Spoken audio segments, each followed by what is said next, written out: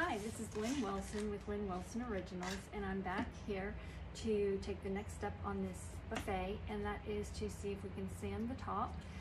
And as I mentioned before, we have this little problem area here, a dark ring that I'm hoping that sanding will lighten the color enough that I can still stain this top.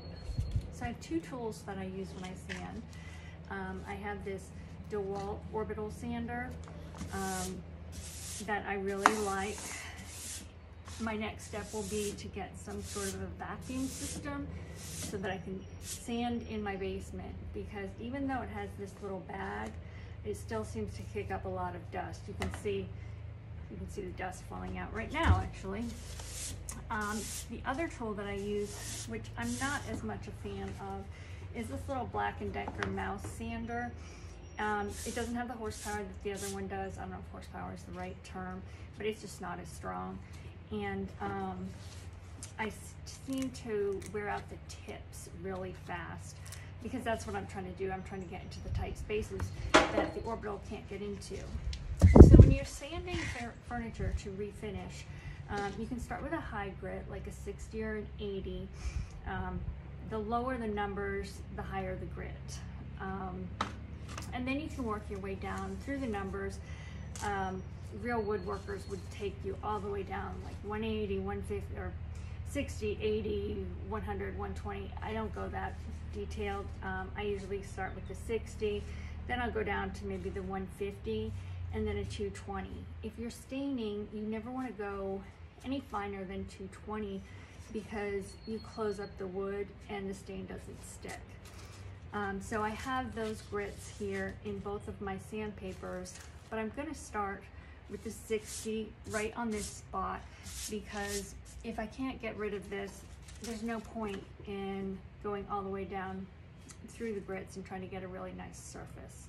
So this company, Klingspor, happens to be, they have a store not too far from me.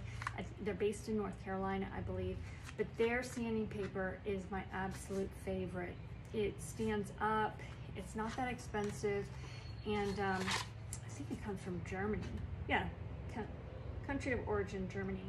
And the guys at the store are super helpful, and I'm sure they're very helpful on the website as well.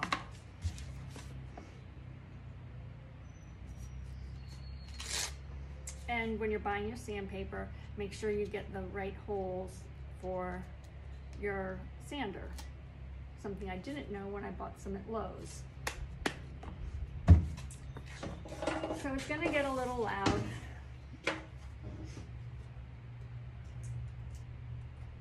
All right, having technical difficulty plugging it in.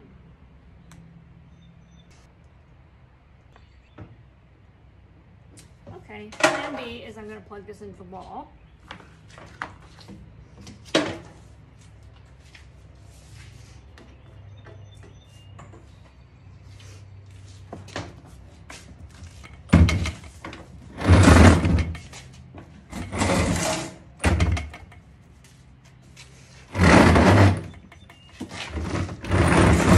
And I'm gonna get started right on this spot.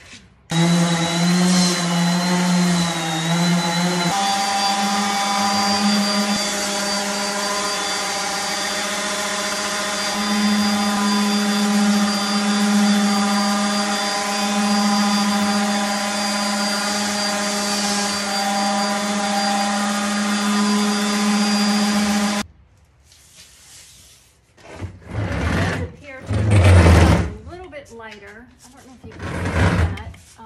So I'll need to sand some more on this side, but I'm gonna go back and see what reducing, getting a higher grit might do to this.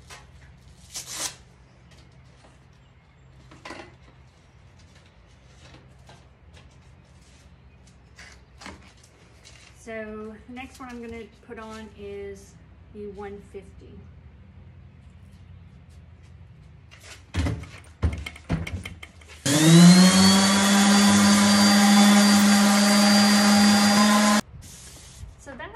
Lightened it up quite noticeably.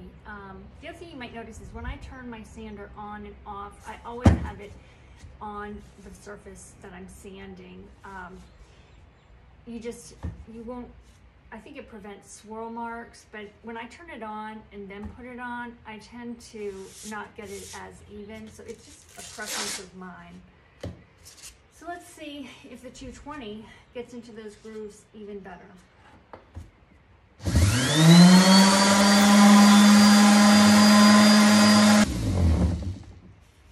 So I'm pretty happy with this. I think it can blend right in. There's still some dark marks, but you know, that's just part of the furniture. That's part of the look of it. And, you know, I'm always tempted to want to go like this with my sander and really try to dig in, but you can change the surface, you know, as I keep feeling it to see that I haven't, you know, changed the level of anything. So that's it. I'm going to sand the rest of this and I'll get back to you with the next step. Thank you. And I've sanded the top, and you can see that there's still sort of a dark line of the old finish butting up against this, I'm calling it a mantelpiece, I don't know what it's called, but the orbital sander cannot really get in there, and so this is when I'm going to use the mouse sander. And just like we did with the orbital sander, we're going to start with, you know, a rougher grit and work our way down. So I'm going to start with an 80.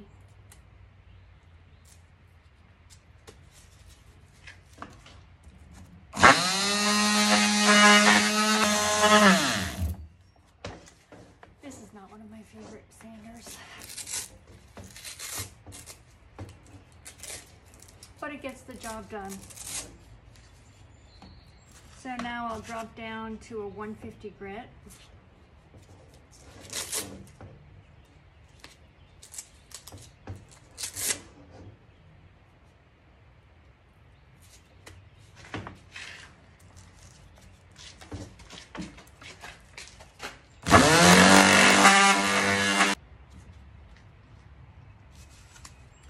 And lastly, the 220.